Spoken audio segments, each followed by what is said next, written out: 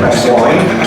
But a couple of weeks ago, just one of the lads that sits in the main stand near me, he said, if you see Anthony, don't mention the cricket, with a big smile on his face. Saw him 3 days ago and he said, whatever you do, if you see Anthony, don't mention the cricket. So we won't mention the cricket. Michael, this is just an opener for you really. Do you understand about the financial destruction that occurred at Morecambe in the second half? We'll tell you the story.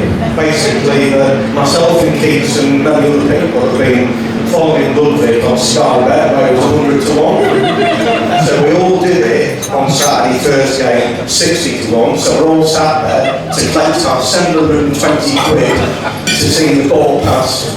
And then Elliot put it in there. But we're quite happy to get rid of our 720 quid out of there, that goal, and then see Max's superb goal as well. So, without haste, I will try and move on. I've basically sent them all in, I'll move them around, but I've got a list that have been sent in. First question to you, Max. Can you tell us whether Hess was telling you to shoot, or was he calling for the pass?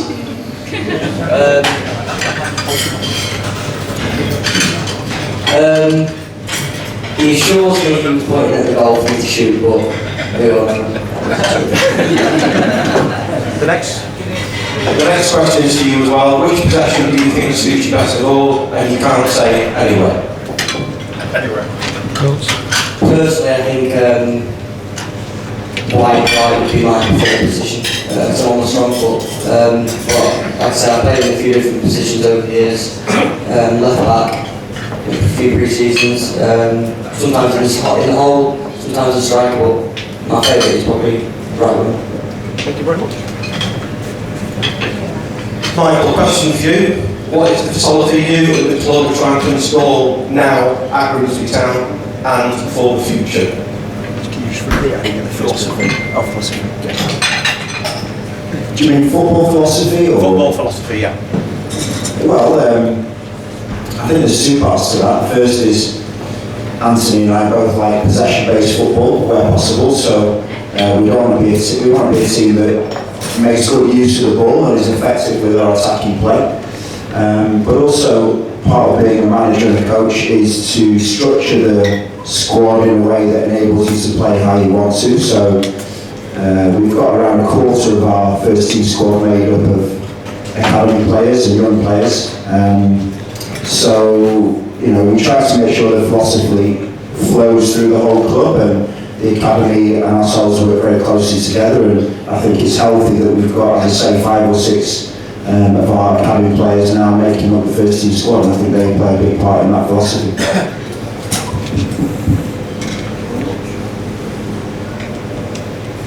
I'm going to ask you to finish Anthony. Somebody gets an early late baller, so unfortunately it's you tonight. A while back, the media reported Harry Davis wanted to move away from the football club to a club closer to his home. Have you now managed to persuade Harry to stay? We all thought he had an excellent game on Saturday, and are there going to be any new faces in before we play Bradford on Saturday, or is anyone else likely to go out on loan?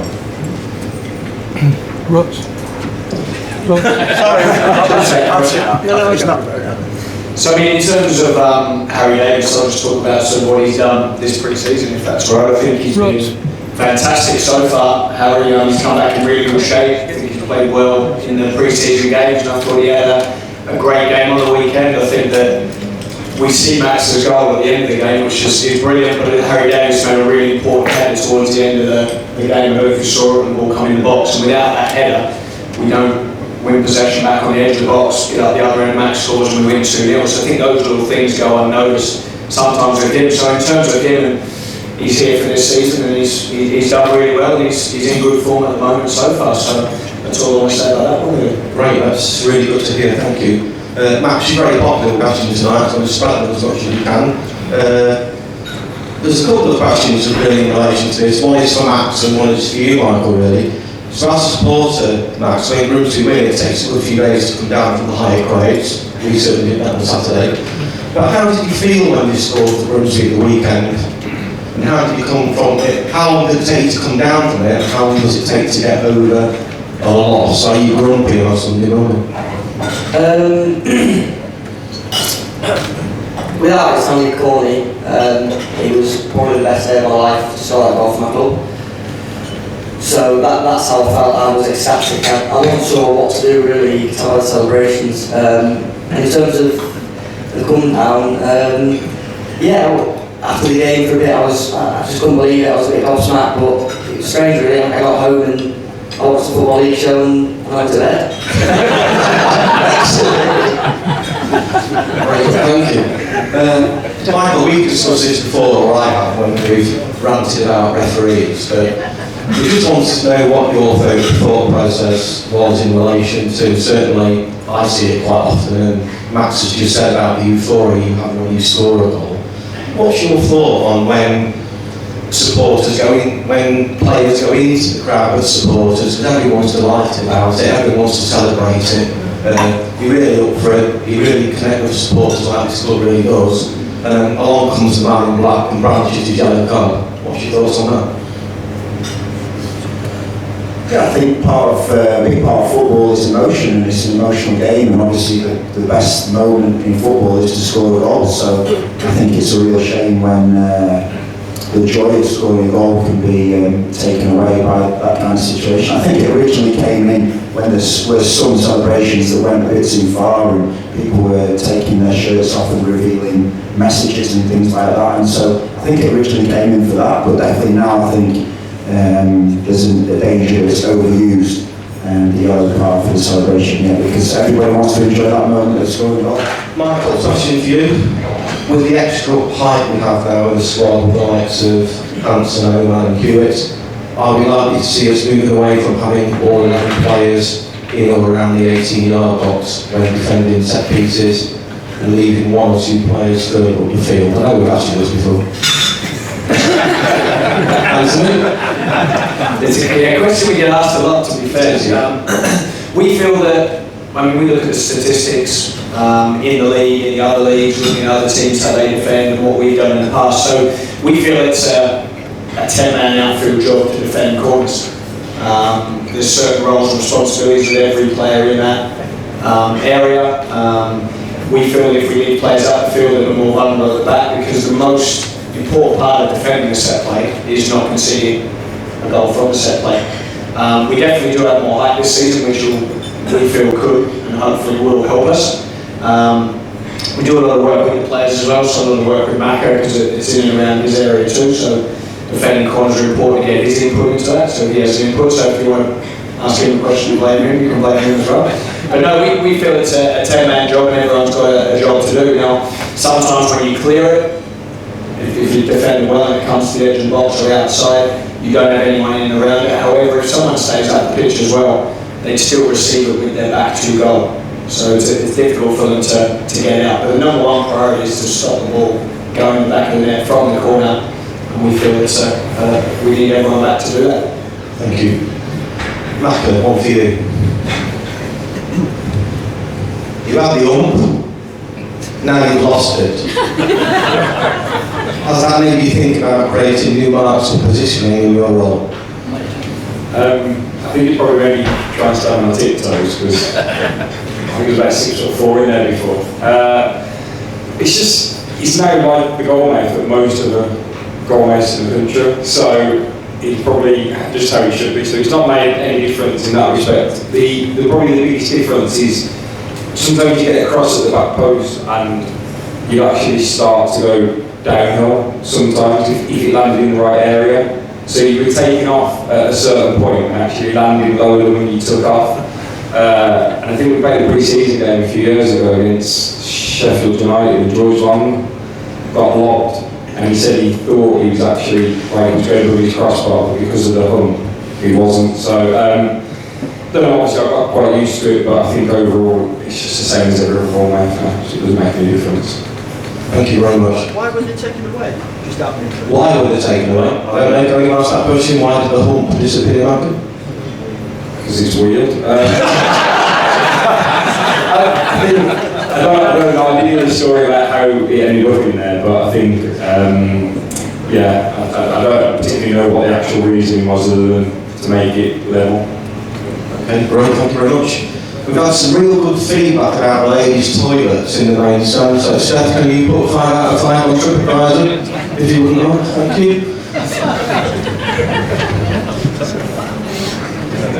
Anthony, question for you again. Which team, in your opinion, will finish as League 2 champions this season, apart from Grimsby?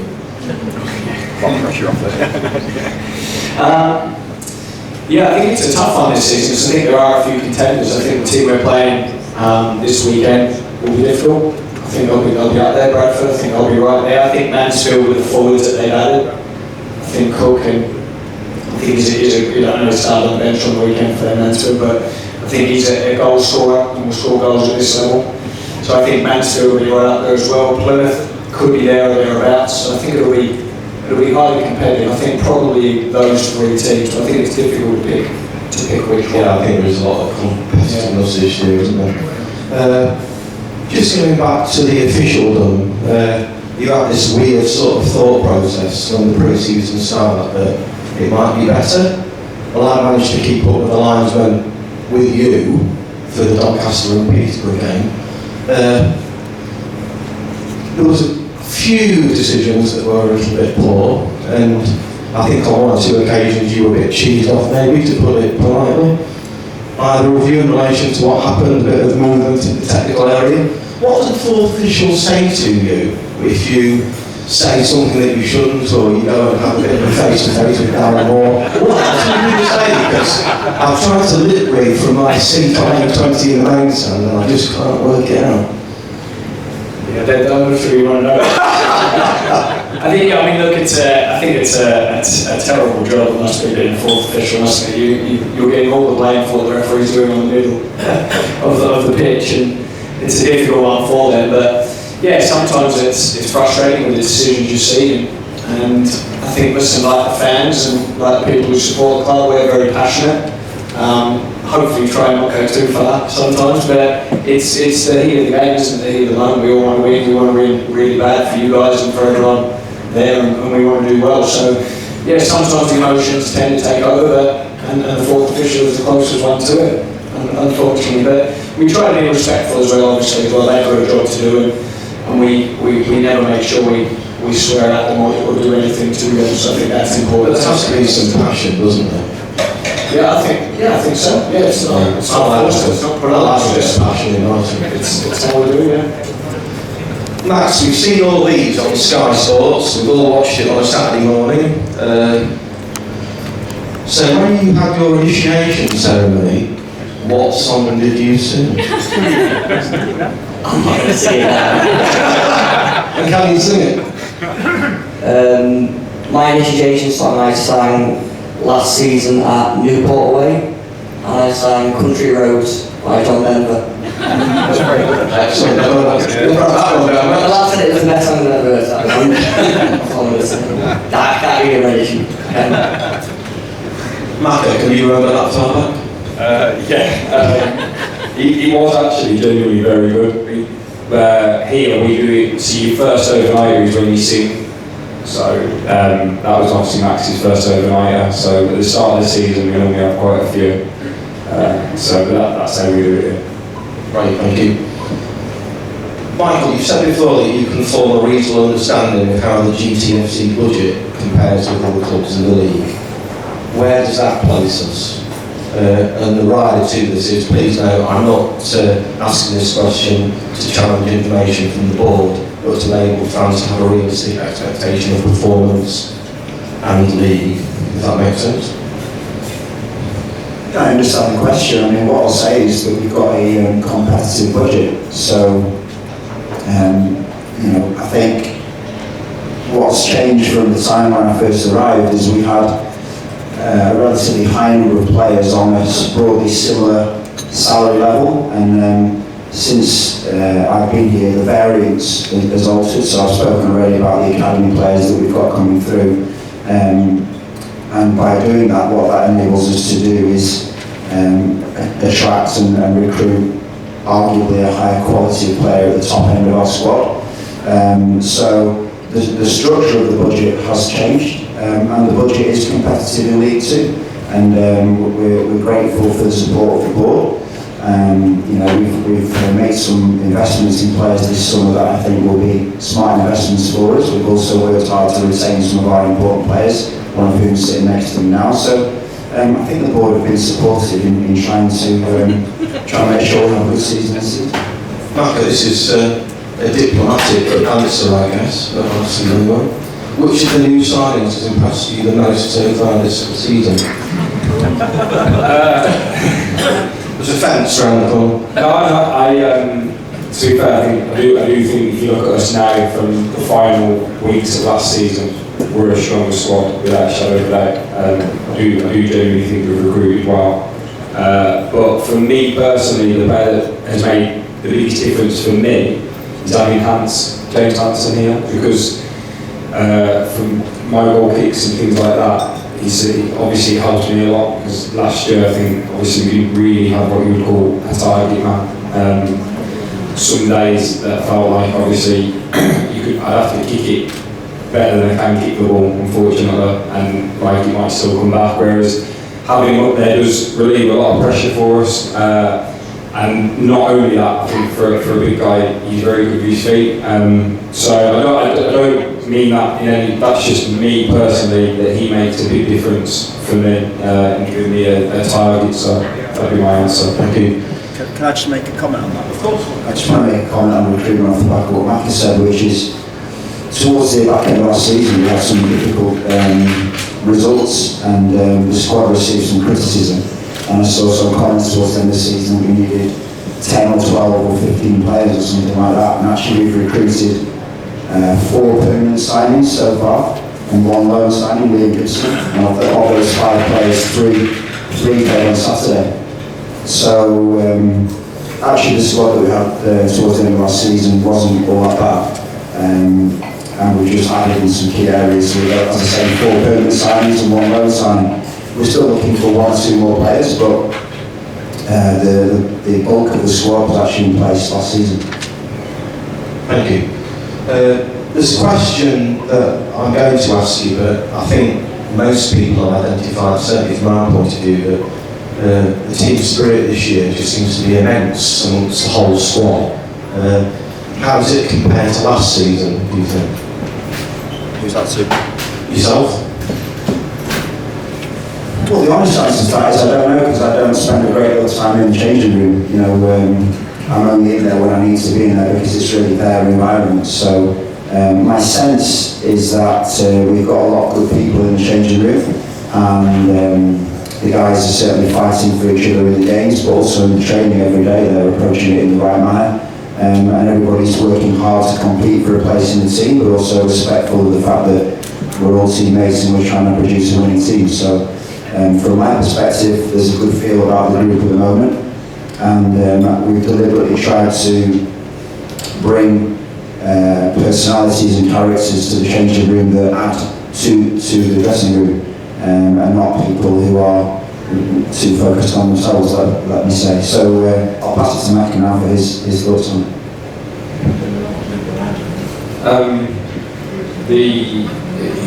The original spirit in the dressing room, probably be able to answer the question better when we lose a couple of games, because I do think like that is probably a point where you do find out maybe a little bit more about each other. But I would say hand on heart right now that I think it probably make us stronger if that does happen or when it happens, because it obviously will happen some point during the season. I think there's a good group of lads in there, like the gaffer said. I think the one thing, I don't think there's any egos in there, and don't genuinely believe that there's any people in there that are almost, you obviously are, you want to do well for yourself, but there's no one in there who's not going to put the team first, which ultimately, obviously, as a group, that's what we need. We need everyone to pull together, and I think we've worked as a group quite hard during pre-season on trying to create that environment, and obviously it comes from the staff about having them standards, and then as a group we have to sort of implement them and drive them on, and I think everyone seems to have bought into that. So it's in a good place at the minute, so hopefully it carries on. Excellent. Max, in the changing room, who has the most beauty products?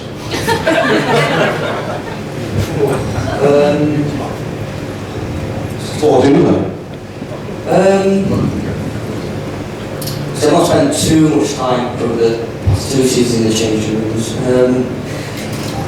I'm not too sure. I think Michael will be better. Yeah, that's Mac. I'll ask you a little bit after pass that to Mac, because you're not escaping. Max,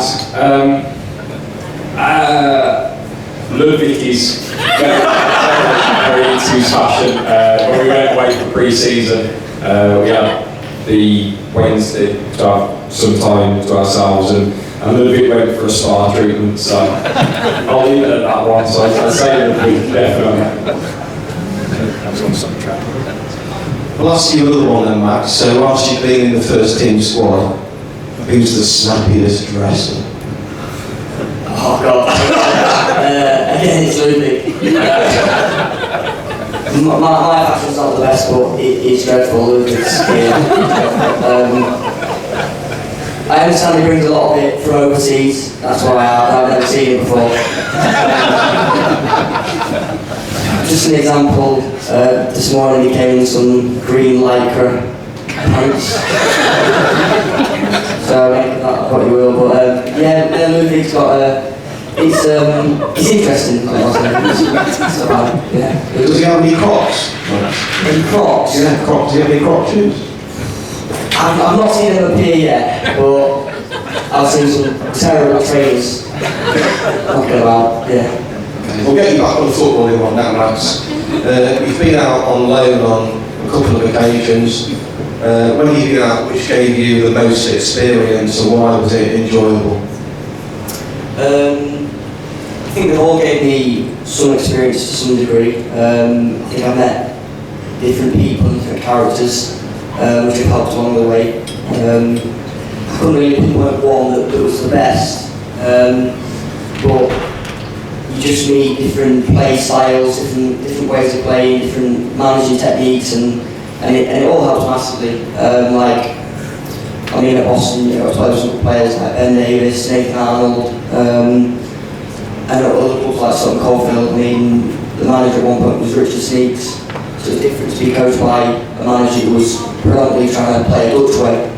So it all helps. It's all a learning experience. So when you learn something new, you can sort of try and adapt to it. And what it's whatever you've just been told. That's nice. Macca, question to you. Do you feel like you had a point to prove against Peterborough after they released you? No, not really.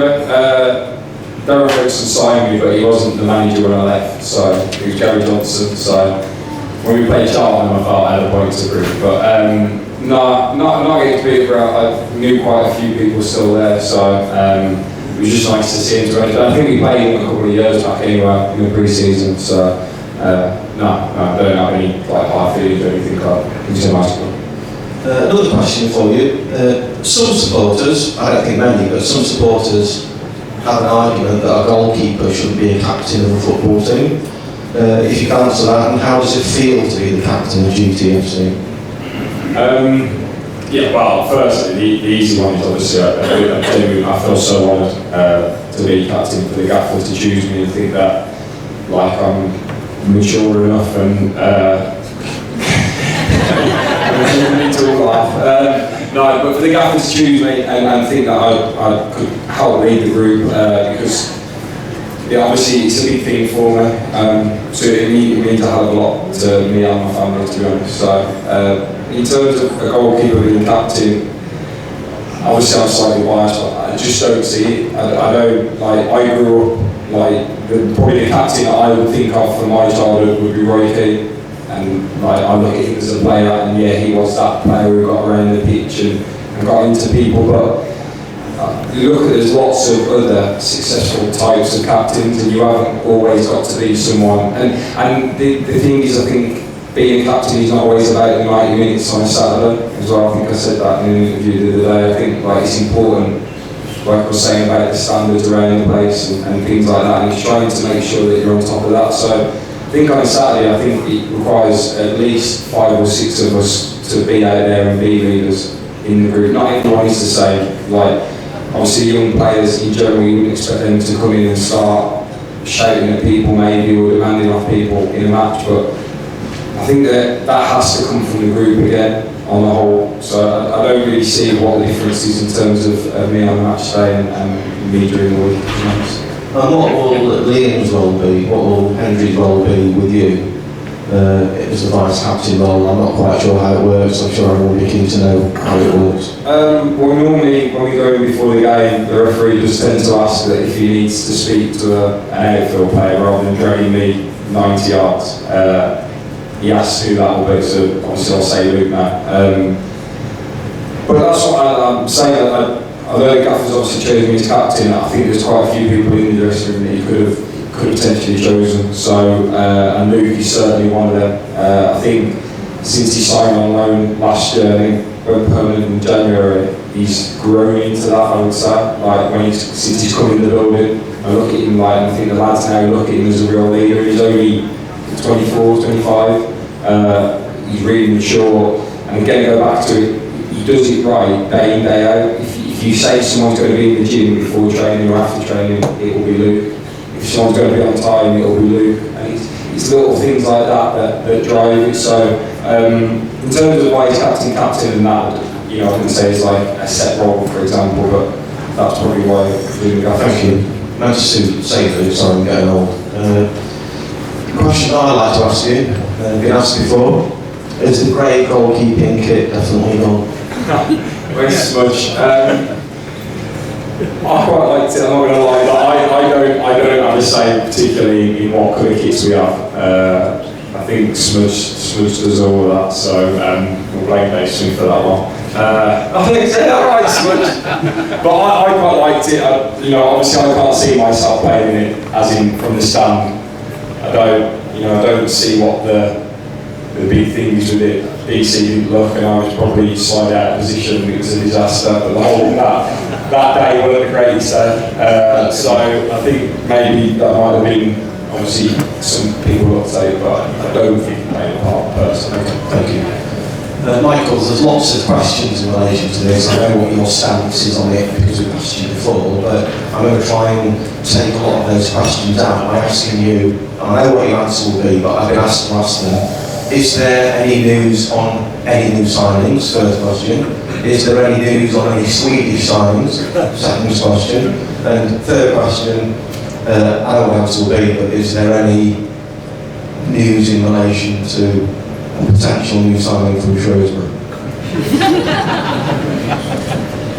Maybe it's worth just explaining why I don't answer those questions rather than just not answer it. So if there was a manager at another club doing a Q&A like this and he started talking about signing James McEwen and saying that he was going to do this, that and the other with James McEwen, then we'd probably be quite upset about it because we have a contract with James and he's our player and he's under contract with us. So we have an agreement with him that he's going to play for us for the next 3 years, and we're very happy to have found that agreement with him. So out of respect for the managers and the clubs, I don't think it's appropriate to make any comments about players who don't belong or are not contracted to Grimsby Town. Obviously, once somebody is contracted to Grimsby Town, I'd be delighted to speak about them. So I'm really pleased and happy to speak about any of the players that we have. We've got some really, really good players that we're very happy with.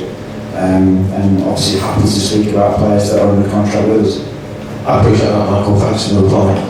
Anthony, apart from bobbing down for free kicks and corners so that I could see what was the biggest lessons you learned personally from last season? I do appreciate you bobbing down. It's okay, thank you. Probably from last season, I think now probably myself a lot more familiar. I knew the league anyway. I think having been in the National League the season before I come here, you tend to know about the league above and the league below where you are. So having been in the National League, I knew a fair bit about the league anyway, but having worked in it day in, day out, getting to know the teams and more of the players even more sort of extensively, I learned a lot more about the league. Feel a bit more prepared with the teams and the players probably for this season, so that would be probably one of them. And I think that probably, not giving some plug here, but time in the job does help. We've had a full season at this club, getting to know the people, getting to know the players that we've already got. And I think we're talking about, the gaffer was saying before about adding only sort of 5 players to the squad this season, we've been able to work with those players a lot more, so you learn a lot more about them through good times, through the bad times as well. And you look at, like say, Max Wright, we've worked with for a year, training and working with him, even though he's out on loan.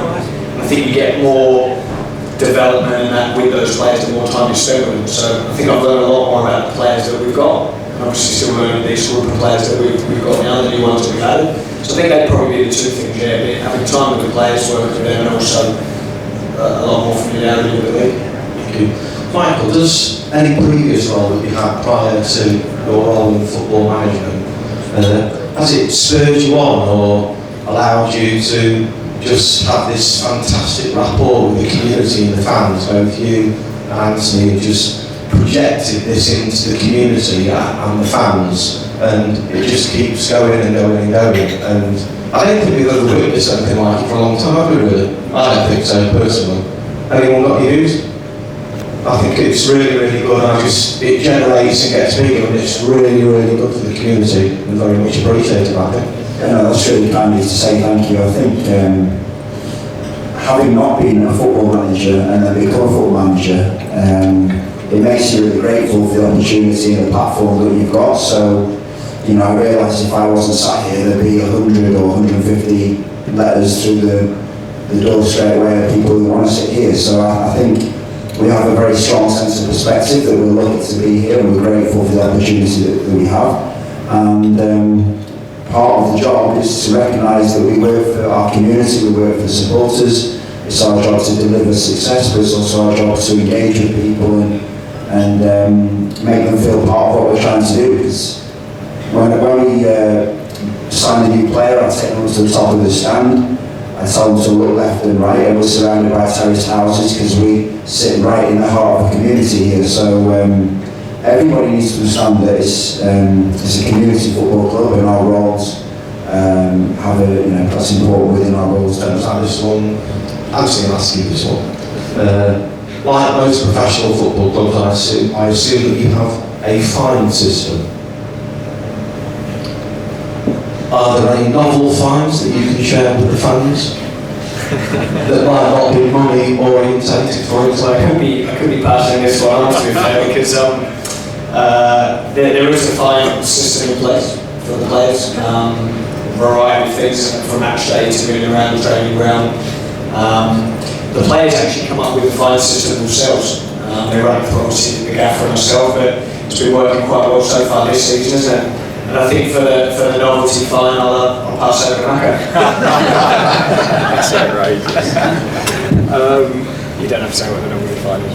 We rely on it. No, we've got like the general ones, like Andy says, and then ones that like we have to wear the GPS in training, making sure they're hung up. So that's what I was on about, standards around the place. That they're the important things that you make sure you put things back. Like you try and, as a group, it's not just reliant on maybe the young lads keeping it tidy and clean. That, you know, everyone chips in with that. We've got, I think, quite a big fine if you don't go on our Christmas do without a doctor's note, and you actually need a doctor's note. We have cakes. You go with cakes on your birthday. You have to bring in a receipt, and the receipt. You know, even if you spend £30 on cakes and you don't bring the receipt, that's a fine in itself. And then we've got one in the show, but I'll just leave it at that. I'll say anymore. Can you tell us who the most fine player is? Matt Green. Yeah, he's contributed well so far. We've all noticed that you've got a really nice new Swish team coach that you got last year. I think was it changed from handbell to this lovely black thing. And there's always this curiosity that what happens when the team coach there on the back? Do you just play cards or you watch television? No, we don't really know. So we'd be keen to know what happens if we get beaten 5-0. Do you smash the plates on the I mean, at the front we sit and ask Dave more questions, and he tells us what's going on, and we listen to his stories. So what happens at that? Well, there is normally a table that plays cards. Nothing like outrageous, just it's quite sensible, to be honest. So there's only one table that's up, the cool kids are in the little bit at the back with headphones in, and not much happens there, just watching what I tell her. You pretty much stay, whatever seat you're in, you stay in the same seat as well. I don't know why you do it, it's just what happens, so everyone stays in that seat. On the way back, it makes quite a big difference if you were lost, so he's quite a quiet coach, and then even more so if the gaffer's on there, it's absolute silence in general. So yeah, other than that, it's nothing really major happens. I mean, it's pretty simple. I don't think Max has got anything.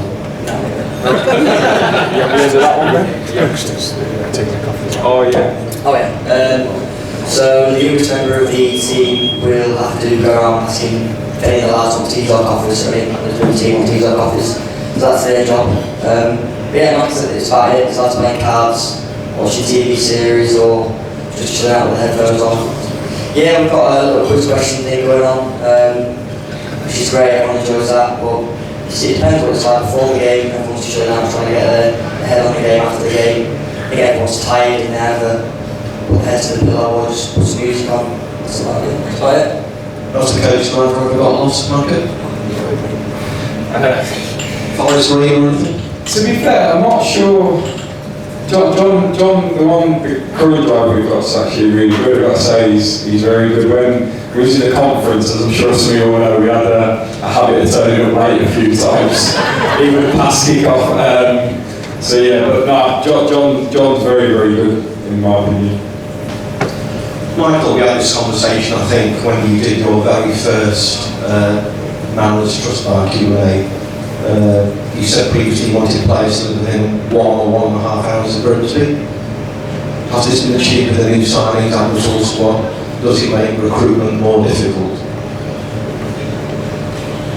Well, certainly this summer we tried to recruit people who do live within an hour or so and are able to get here within that time. So James Hanson is Bradford based still. Matt Green lives near Lincoln. Elliot Hewitt also lives in that area. Liam Gibson has obviously come down and has moved down to the area. Moses has moved to the area. So everybody's either living here or is able to get here pretty quickly. And I certainly think that makes a difference on a daily basis, so we haven't got people coming from long distances away. Yes, I think it helps. And we've always discussed that it's really difficult as to where Grimsby is, isn't it, really, too? It's not like where you're in the middle of Greater Manchester and you've got all these clubs around that are lone people, which you've got a 20-minute drive from the household lodgings. We are stuck out a bit, aren't we, really? I understand what you're saying. It can be challenging, but there's some great strengths within where we are as well. And we've got good relationships with the likes of Hull City and one or two others. We've got good links in the North East as well. And the North East clubs are keen to help and work with us where possible. Whereas perhaps they would be less inclined to do that if we weren't where we were. So every club is uniquely located, and we need to try and take advantages of the position that we have. I don't think we've asked this question before, but Anthony, I'll ask you anyway. It's a question of basically how did you and Michael become a partnership? I think I know where you were before you came here. The question is, Michael, did you headhunt Anthony? Did you know each other before your partnership at GTFC? We knew each other, yeah. I mean, we weren't like best friends or anything like that, but we knew each other because we come through a very similar pathway. We're not best friends now either.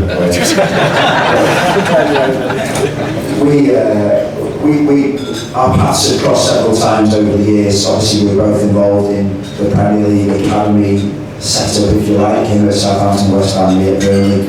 And also when you go through the FA courses, you kind of bump into people. So we did the pro licence around the same time, I think, didn't we, Anthony? We did the pro licence at a similar time. So we knew each other. I knew some people that had worked with Anthony, he knew some people that had worked with me. I knew that he'd been a manager in the National League as well. And he was the right profile of person that I wanted to work with, and the right personality as well. And actually, it's been one of the most important recruitment decisions I've made, bringing Anthony in, because although sometimes it is the manager out front getting either the credit or the criticism, we're very much a team and we work together very closely, and he plays a massively important part in the management that we do. Thank you. Michael, this is quite a long question for you, so I'll do it in bits, really. Since you joined GTFC back in 2011, you've experienced highs and lows, seeing many changes in personnel with players and management. As you begin your ninth season with the club, why do you feel your affection for GTFC has lasted this long? I'd probably a little bit go back to what the gaffer said in terms of, obviously when I moved here as a young, 21 I think, I just met my wife, I get in trouble if she's listening for those, but we weren't together, like, officially if you like, so I had a reason to not move here, so but I moved here, I've said it before, like, I moved here to try and play football, signed a 1-year deal, just tried to play football, it was just a club, you know. I think a lot of lads, I think that's pretty fair to say that, you know, it's your job, someone gives you an opportunity and you want to try and take that opportunity, but you know, you're doing it for yourself obviously. But then we settled down here, obviously had a family, and I've just enjoyed it. I've enjoyed my time here, and you know, you walk out on Saturday, and I think, you know, it's pretty unique. You know, not many clubs at this level would take that many fans to Morecambe away, you know, across the other side of the country and make the noise they do. And I think, you know, it probably goes back to a little bit again what you were saying to the gaffer and Ant about there is certainly here, I think if you try and throw yourself into the community, if you try and throw yourself into the club, I think the club does that back to you. And you know, I think as a family, it's where we live, it's where we're happy. I think it's a good place to bring up my children. But it's the same, you know, for new lads who have got families, it is difficult to move away. It'd be the same, obviously, if it ever happens to me and moving away, because you know you live, you know, it becomes your home. So I think it's just, you know, like, I think the highs and the lows play a big part in it as well. After the Bristol Rovers, probably it was as low as I've ever felt as a footballer and it lasted for a long time. And you could see on everyone felt the same, and then Operation Promotion happened, and again that was the fans coming together and played a big part in the best day of my career on the football pitch a year later. So you know, you can't take away from their memories and their feelings. And what's the date of your first wedding anniversary? I've got it somewhere. 15th of June. Thank you. We're just going to go on to another question, Michael. We're just basically, I think everybody that was at the game on Saturday has just seen how much Keith Rose has developed as a player. It caused a lot of problems with Morecambe, definitely, didn't he? He worked really well, he ran hard. And while I was sat, there was quite an interesting situation when Ken Nelson came on. I think he came on for the last 20 minutes. And he tried to make his presence felt with Matty Pollock, and he simply told him that he was more important than him, which I thought was really, really good, the progression of the younger players. But everyone thinks the players are looking fitter this season. Has there been a change of strategy at all in pre-season training, or are they just fitter? We're applying the same principles as we applied last season, but we've obviously made tweaks and what we believe are some small improvements to the way that we've approached it, but fundamentally it's the same pre-season that we had last season. I think to pick up on a point you made there, we've got a number of players in our squad who have their better days in front of them and are on an upward curve in terms of their careers. So we've got a number of young players, we've got a number of 24, 25-year-old players coming into their prime, and we've got good experienced players that are still able to give us the experience without us having to carry them in the team. So I think we've got a really nice blend, but if I look at the average age of our squad and the playing profile of our squad, you know, off the top of my head, Jake Hessenthal is 24, 25, Elliot Hewitt the same, Luke Hendry the same, Elliot Whitehouse the same. We've got a number in that area, we've got a number of the younger ones, the Max Wrights of this world, the Keith Rose, Harry Clifton, Matty Pollock, etc. So I think we've got a really nice blend of players who will improve, but One of the most important things I think I can do as a manager and we can do is we have to be tolerant with them, because younger players aren't going to play brilliantly every single week. They're going to have the days and games where they don't do quite so well. And I think as a support base and as a management team, we've got to be patient with these guys, because there will be down days and disappointing days, but if we can stick with them, I think we've got a really exciting pool of talent that can move forward over the next couple of years really well. Max, just a question for you really. Not difficult for you to answer really, but you're obviously developing into a really good player. Your goal was still on Saturday. I've sat and watched it 15 times already as to how you just passed it and stuck it in there. But how does it feel at your age when you walk out and see nearly 100 people in that away end, and when you score and people are chanting your name? And Matt does that all the time, hasn't he? There's only one James McEwen and all this business. But how does it feel, Max, when you just sort of like breaking into it? How does it feel for you to be a hero on a Saturday afternoon? Well, I don't think it happened once so far. Can you explain how it feels to you? I know you got it a little bit, but It's a little bit indescribable, really. I sometimes look at it and think of like my friends and see where they are, what they're doing, compared to what I'm doing, and it's great. It's a great comparison, but the fans are just incredible. To be honest, they're crazy. Like we are right actually. And to take that many fans and just look out and see how many are there, and they're sort of singing and the way they do it, and it's fantastic. Honestly, like it's hard to comprehend. Like I said, there's just so many people there, and when you think they're chanting your name or they're cheering for you, you sort of don't really believe it to some extent, but it's fantastic, honestly. Right, thank you. Michael, we're talking about fans of the future, and obviously the club are developing with the younger generation of fans really well at the moment. We've got other initiatives going on at the club. What do you think could or should be done to try and attract more younger generation supporters to be town fans? I mean, you do sometimes, I get a little bit frustrated when I'm walking around the town and I see people wearing a Barcelona shirt or an Arsenal shirt, and they should be wearing a Grimsby Town shirt. I think from when we were younger, it has changed. I think the profile of the Premier League and the Champions League, it does make it difficult for the local clubs to compete for people's attention sometimes, but the simple answer to how can we attract more fans is to put a winning team on the field. That's our job, and that's what we're working towards. We want to put a team that plays attractive, attacking football and wins games on the field, and if we do that, I'm sure people will come. So we work towards that every single day. It doesn't happen in a perfect way all the time, but I think from when I first started, we've definitely made some progress, and if we keep making progress, we'll have a team that is very competitive in this league. Anthony, do you feel you've currently had enough creativity in the team, and if not, how do you intend to address this? Enough what, sorry? Creativity.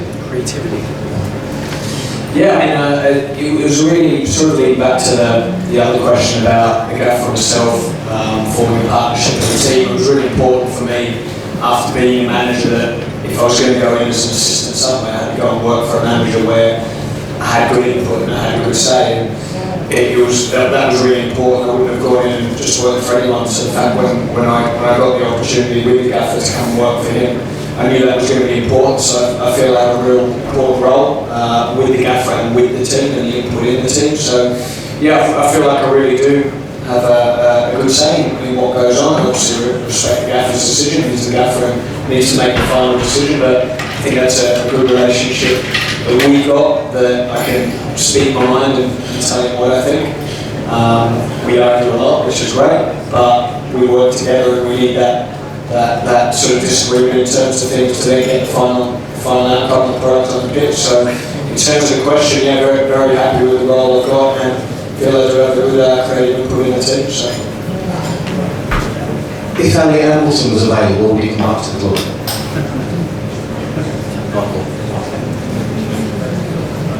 And that just refers to on Saturday about transfers.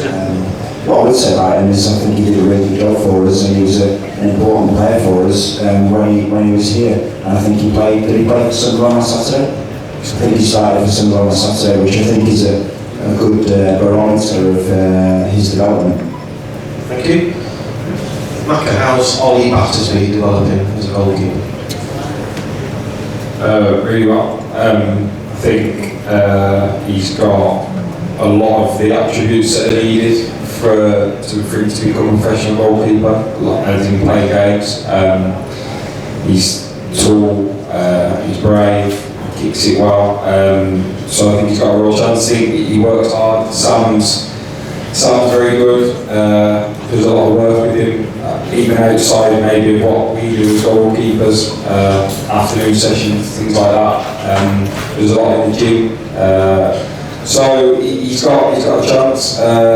Obviously, for any of the young lads, probably, I think, certainly from my experience, and Max might say the same, but you feel like getting your YTs huge, and then you get that pro contract, and that's it, you made that gap, but actually getting your first professional contract that year is probably the toughest year you have, because I think you go maybe for want of a better phrase, you go from being the big fish in the youth team maybe to, you're back to sort of square one a little bit, and you've got to go and prove yourself all over again, and the tempo steps up and things like that, so I think it takes time.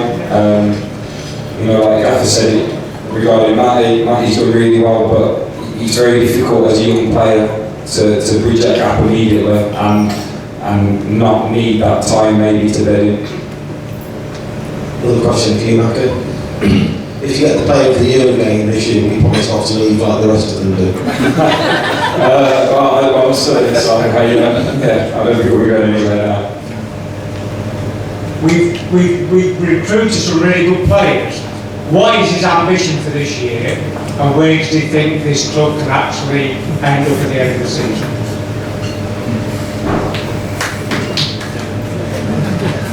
Well, firstly, thank you for your kind and generous comments, much appreciated. And football's a game of opinions, and every player that we bring, some people will like them and some people won't like them, but we put a lot of thought and due diligence into every player that we bring, and we'd like to think we get more right than wrong.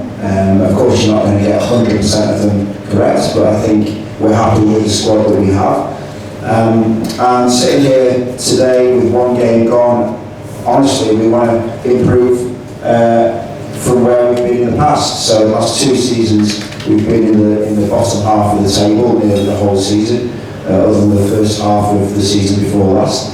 So we want to improve on that, and if we keep improving and progressing and moving forward, then let's see where that takes us.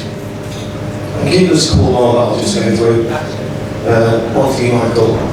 What was your main, I don't think learnings is the right word, but what was the main thing that you brought from your first full season in management? Is there one thing in hindsight that you would have done differently over the last season? I think Anthony and I both learned a great deal from managing this club, and I think we understand the challenge in much more detail. And by that I mean the challenge of the league, the challenge of the teams, the managers. I think we're much better equipped to attack the league this season, just having been in it and experienced it for 12 months. We have learned a number of other things, but I think it's important that we don't make those too public. But I think we feel like we're in a stronger position than we were 12 months ago, both as a management team, but also the squad of players that we've got. And we're very excited about the younger element of the squad that we've got. We think we've got some really exciting young players, and as I touched on earlier, they're all players that their better years are going to be ahead of them rather than behind them. Thank you. One last question before we break then. Without going into the politics of it, how does a 1 o'clock kick-off affect the preparation for you and the players on a match day? It doesn't really affect it so much for me. We just arrive 2 hours early. But maybe for the players, I think obviously the times you can eat and how much you can eat. Okay. Yeah, so a normal, I would say the average player, their general thing would be to get up and have breakfast, and then we normally have pretty much at 11:30 for a 3 o'clock kick-off. Whereas obviously a 1 o'clock kick-off, you probably just eat once. Personally prefer it because you're not hanging around sometimes in the morning at home games, especially with kids. You know, it can sometimes you're almost waiting to get to the ground. So personally prefer it, you feel like you just sort of get up, eat, get ready and go. So yeah, that's my opinion. Okay, great, thanks very much.